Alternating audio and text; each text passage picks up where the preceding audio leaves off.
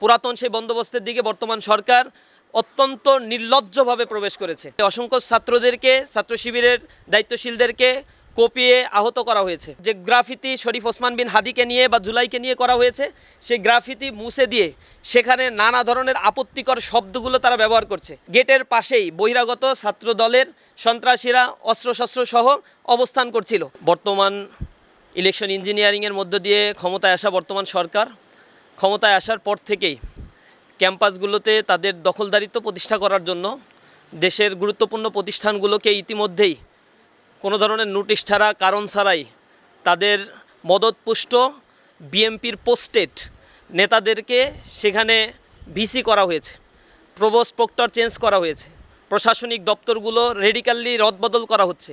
Bangladesh bank থেকে শুরু করে আর্থিক সকল প্রতিষ্ঠানগুলোকে নিজেদের করায়ত্তে করার জন্য দলীয় নেতাকর্মীদেরকে সেখানে নিয়োগ দেওয়া হচ্ছে।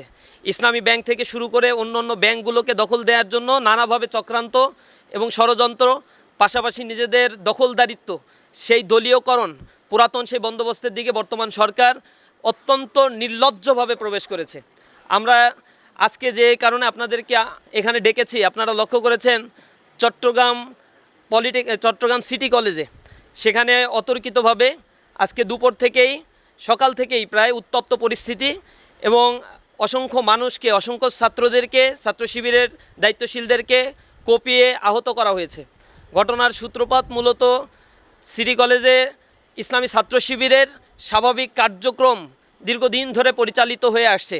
সেখানে ছাত্রদল থেকে শুরু করে অন্য ছাত্র সংগঠনগুলো তাদের সাংগঠনিক কার্যক্রম পরিচালনা করছে।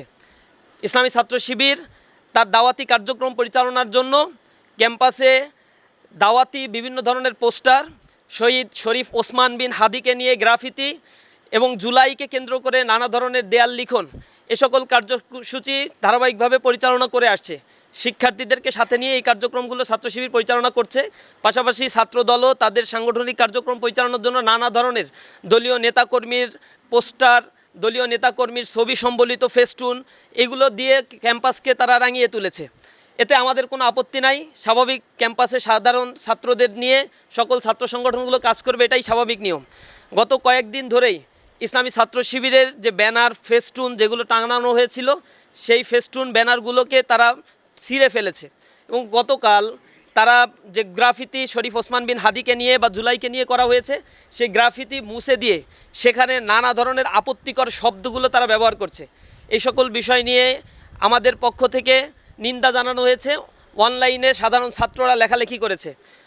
পরের দিন অর্থাৎ আজকে সকালবেলায় প্রশাসনের কাছে আমাদের দায়িত্বশীলরা সেখানে উপস্থিত হয়েছে এবং প্রশাসনের কাছে বিষয়গুলো অবহিত করেছে। যেহেতু ক্যাম্পাসে পলিটিক্স সকল ছাত্র সংগঠনগুলো করছে, প্রত্যেকে তার নিজ নিজ ব্যানার, ফেস্টুনগুলো, দাওয়াতি ব্যানার এগুলো প্রদর্শন করতে পারবে, এতে কোনো বাধা নেই। ছাত্রদলের ব্যানার রয়েছে, কিন্তু ইসলামী ছাত্র শিবিরের ব্যানার, ফেস্টুন যেগুলো ছিল, গ্রাফিতি যেগুলো দেয়া হয়েছিল জুলাইকে কেন্দ্র করে, এরা তো জুলাইকে কখনোই ওন করে না, ধারণ করে না। জুলাইকে মুছে দেওয়ার জন্য আপনারা দেখেছেন ঢাকা বিশ্ববিদ্যালয় থেকে শুরু করে বিভিন্ন জায়গায় তারা এই অপকর্মগুলো করছে এবং ছাত্রলীগ যারা করতো তারা তো এখন ছাত্রদল করছে। এবং এই যে গুপ্ত যারা ছিল ছাত্রলীগের মধ্যে, ছাত্রদলের এই গুপ্ত বাহিনী এখন ছাত্রদলের নাম ভাঙিয়ে নানাভাবে অপকর্মে লিপ্ত হয়ে আছে। সিটি কলেজে যখন এই জাতীয় নালিশগুলো কলেজ প্রশাসনকে করা হচ্ছিল, এরপরে আমাদের দায়িত্বশীলরা নিচে নেমে এসেছে, সেখানেই ছাত্রদলের সন্ত্রাসীরা অবস্থান করছিল। কথা কাটাকাটির এক পর্যায়ে সেখান থেকে শিক্ষকরা আসে এবং শিক্ষকরা আমাদেরকে সরিয়ে দেয়। ছাত্রদল সেখানে অবস্থান করে। আমাদেরকে সরিয়ে দেওয়ার সময় ছাত্রদল অতর্কিতভাবে কিছু হামলা করে, যেই আঘাতগুলো শিক্ষকদের উপরে, শিক্ষকদের গায়েও লাগে। এরপর আমাদের ভাইয়েরা সেখান থেকে বের হয়ে যায়। গেটের পাশেই বহিরাগত ছাত্র দলের সন্ত্রাসীরা অস্ত্রশস্ত্র সহ অবস্থান করছিল।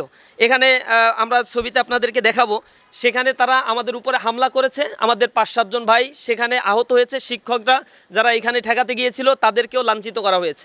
আমাদের উপরে আঘাত এবং শিক্ষকদের উপরে আঘাতের প্রতিবাদে বিকেলবেলা আমাদের একটা বিক্ষোভ মিছিল কর্মসূচি দেওয়া হয়েছিল।